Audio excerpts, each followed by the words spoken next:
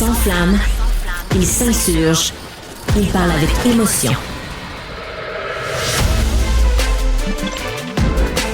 Francis Gosselin.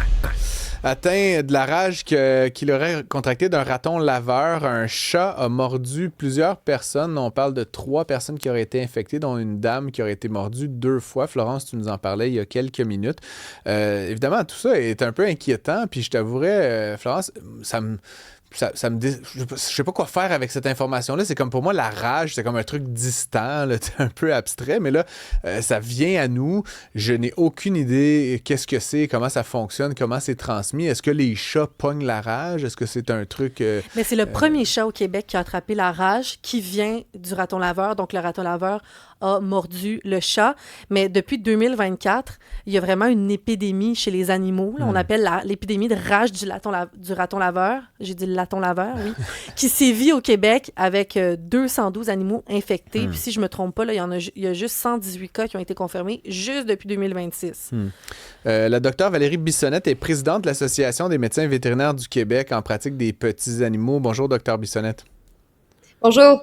Déjà, commencer peut-être par éclairer ma chandelle, notre chandelle. C'est assez bizarre. Je me rappelle quand j'étais jeune, on parlait ça de la rage. Là, c'était comme un truc un peu comme entre les zombies puis les histoires du bonhomme 7 heures. Là. Mais là, clairement, c'est dans les chaumières du Québec. Est-ce que c'est nouveau? Est-ce que c'est pire? Est-ce que c'est cette année, comme le disait Florence? Expliquez-nous un peu en contexte. Là, qu'est-ce qui se passe actuellement au Québec? Ben, en fait, vous avez raison. On l'avait peut-être un peu mise de côté, mais sachez que même avant notre épidémie, il y avait encore 50 000 personnes environ qui décédaient de la rage chaque année au monde. Okay. Donc, ça reste une maladie qui est bien présente. Par contre, c'est une situation en ce moment qui est vraiment particulière, oui, au Québec. On n'a pas connu d'épidémie de rage comme ça depuis des décennies, en fait.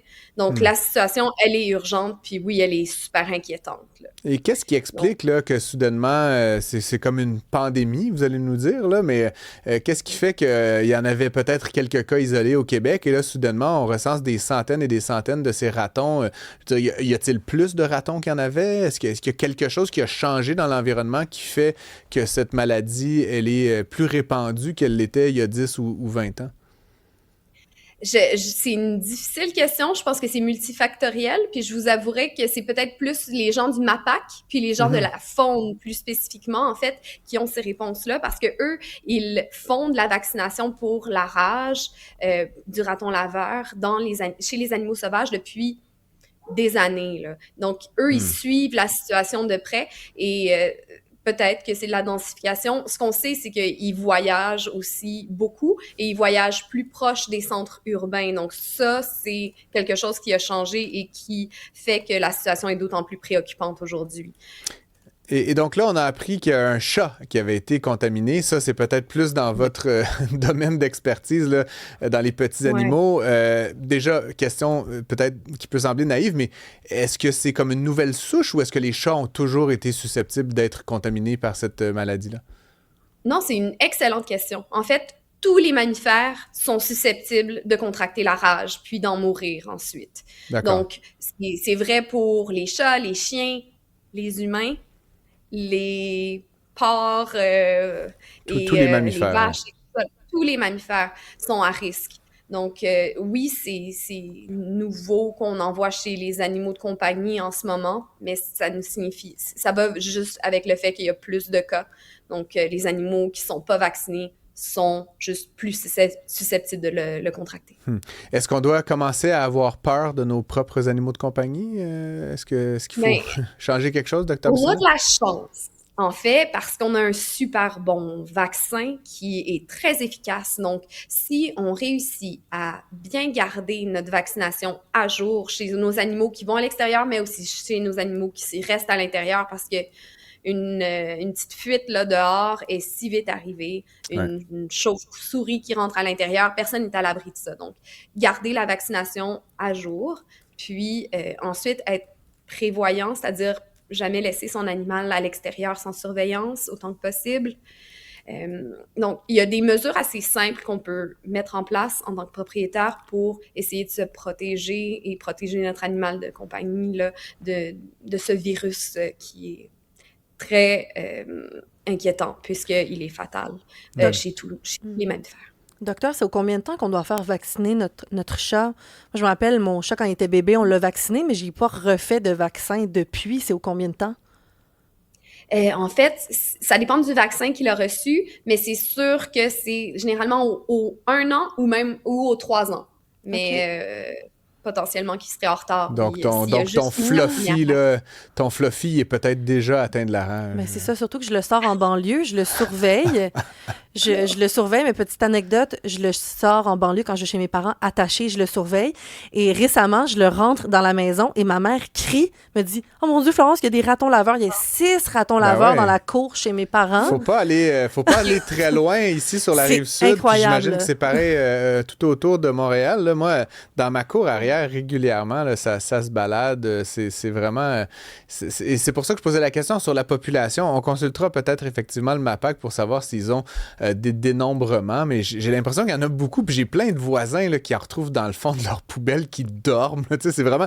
Puis on va se le dire, Dr Bissonnette, bon, je sais pas si c'est une opinion qui est largement partagée, mais moi, je trouve ça très mignon, un raton laveur. Fait que tu sais, t'as comme pas envie d'être méchant, mais effectivement, c'est porteur de maladie.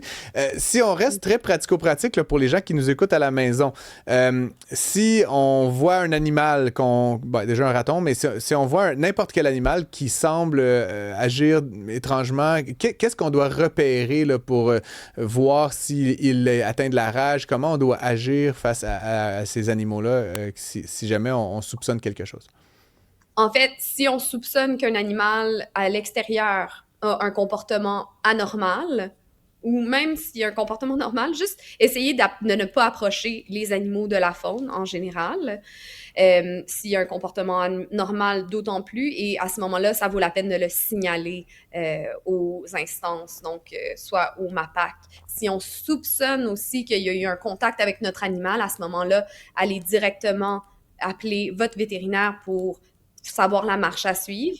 Puis s'il y a eu un contact avec nous, un contact rapproché, parce que c'est quand même pas un virus qui va sauter sur le monde, là. Il se transmet essentiellement par le contact de la salive, le sang ou le liquide céphalorachidien avec une plaie ou une muqueuse qui est, somme toute, irritée. Donc, ça prend des contacts très directs, des contacts très rapprochés. Mais si on pense qu'on a eu un contact comme ça, ben à ce moment-là, nettoyer abondamment, savon, eau, 10-15 minutes, et ensuite, appeler le 811 pour avoir les marches à suivre pour la suite, là, pour essayer de rester très, très prudent. Et si c'est notre animal, là, parce que ça peut arriver, moi, par exemple, dans la cour arrière, je laisse mon chien aller faire ses besoins, c'est fermé, mais il peut y avoir un raton éventuellement qui saute la clôture.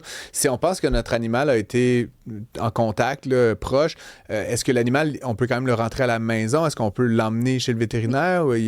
C'est pas, l'incubation n'est pas instantanée, là, il ne devient pas rageur dans la minute là, suivant le contact. Non, effectivement. Puis en fait, c'est un des choses les plus stressantes, si on veut, parce que pendant... les symptômes, ils peuvent commencer après 2 semaines jusqu'à 6 mois.